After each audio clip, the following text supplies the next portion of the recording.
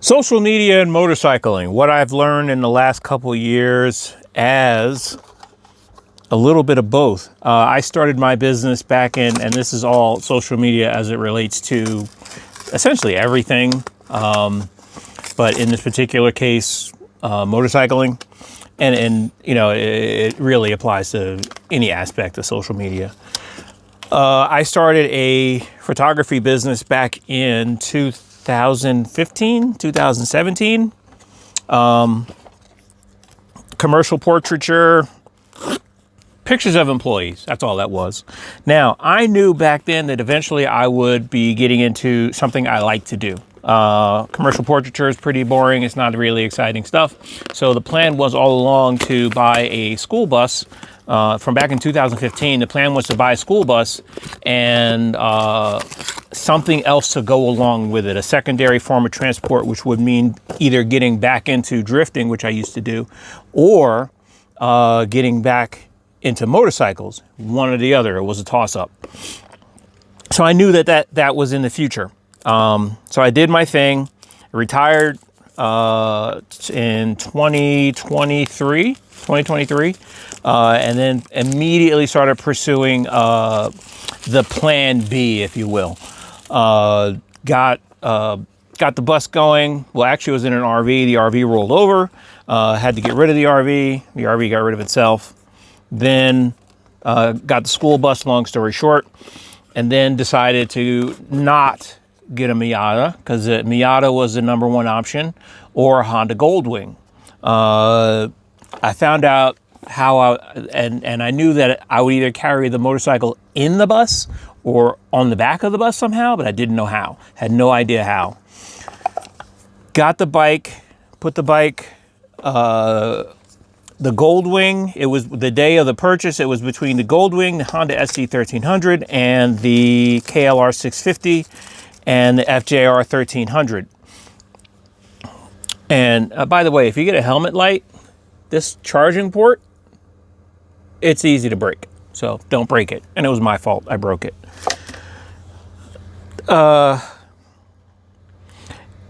It came down to the day, and then, oh, that is bright.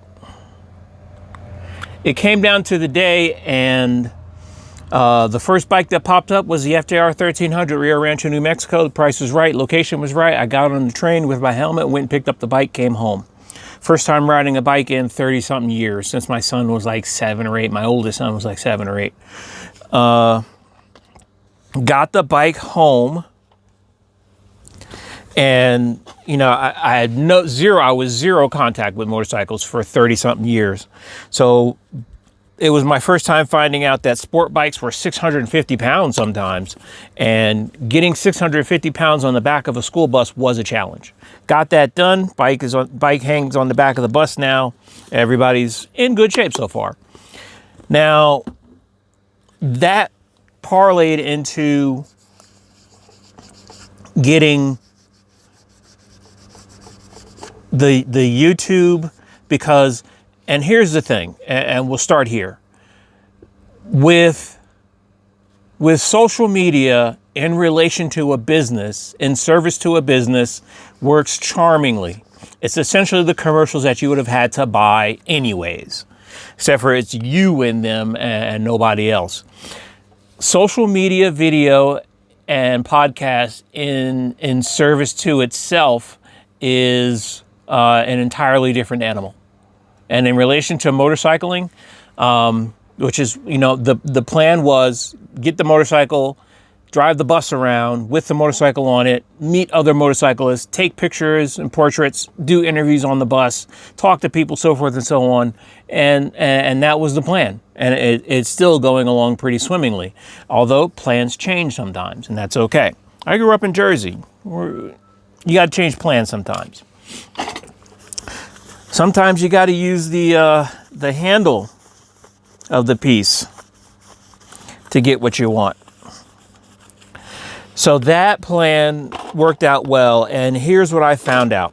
What I found out was, if you are not female with social media and motorcycles, you will not succeed.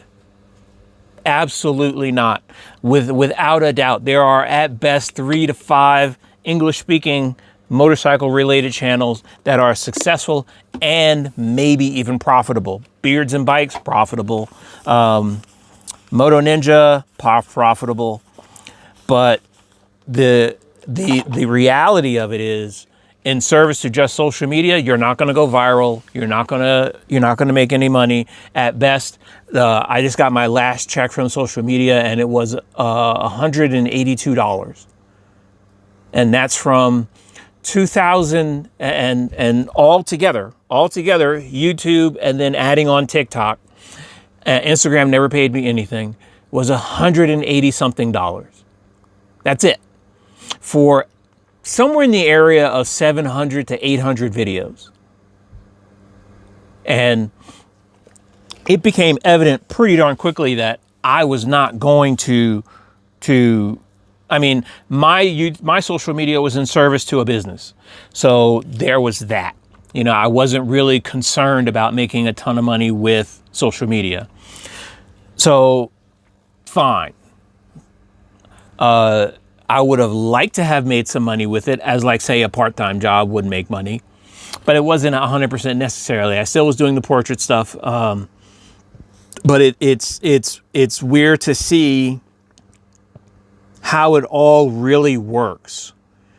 And it's almost a reverse sexism. And we'll get back to the woman side of the thing too.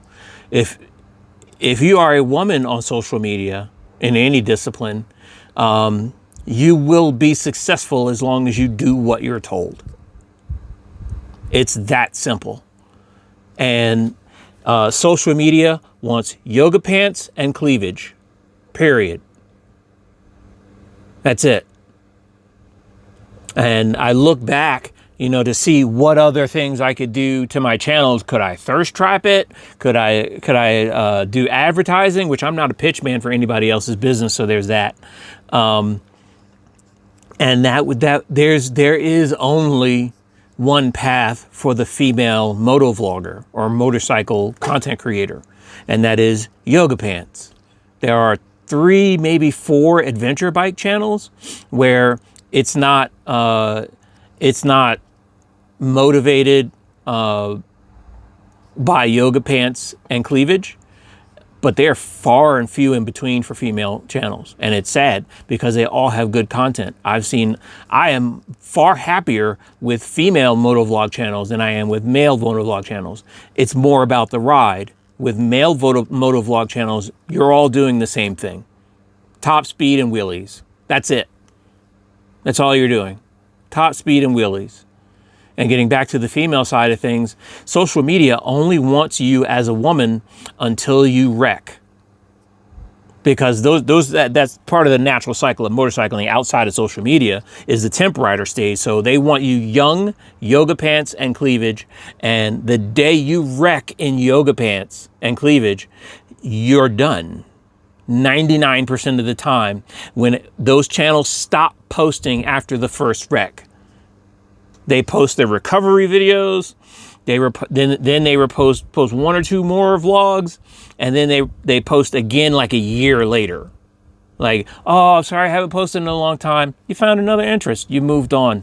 That happens with motorcycling outside of social media. You wreck the first time, then you're done. You move on.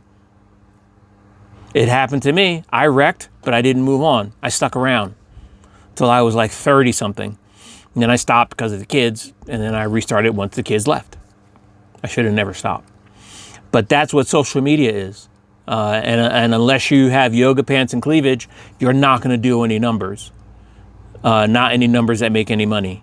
That doesn't mean you shouldn't do it, because if you're a man and you're doing social media and motovlogging, then yes, do it. But do it as more of a documentary sort of thing to show who you are. There's nothing wrong with that, and I highly advise that. Because if I could look back and see my great-great-grandfather wheeling down Central, you know, be kind of cool to see. Just don't get hurt, will you? Don't make more work for your local first responders. Come on, give us a break.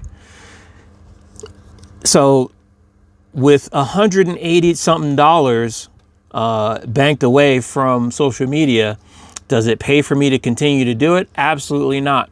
Not at all. Not at all. So what do? I stop making videos. But here's the thing. As long as you're posting content that is openly available on social media, YouTube, TikTok, Instagram, then they make money on your video. Your videos still have ads. They are still making money. They're not giving any of it to you, but they're still making money for them. So what do? My videos are unlisted, are private now. Every last video is private. Since I'm not, anything that's not in service to my photography business, pass. Not interested. I'm not interested in making YouTube more money than they already have. I'm not interested at all. So yes, all those videos are private. And the videos of my kids and stuff, yeah, those were all private anyways. So does it pay to do social media? Personally, yes. It does pay to do social media. Should you do it? Absolutely. 100%. The payoff, like I said, is going to be that your great grandkids are going to see who you are. And I think that's pretty special. Am I going to continue to do social media, motorcycle content? Absolutely. Absolutely.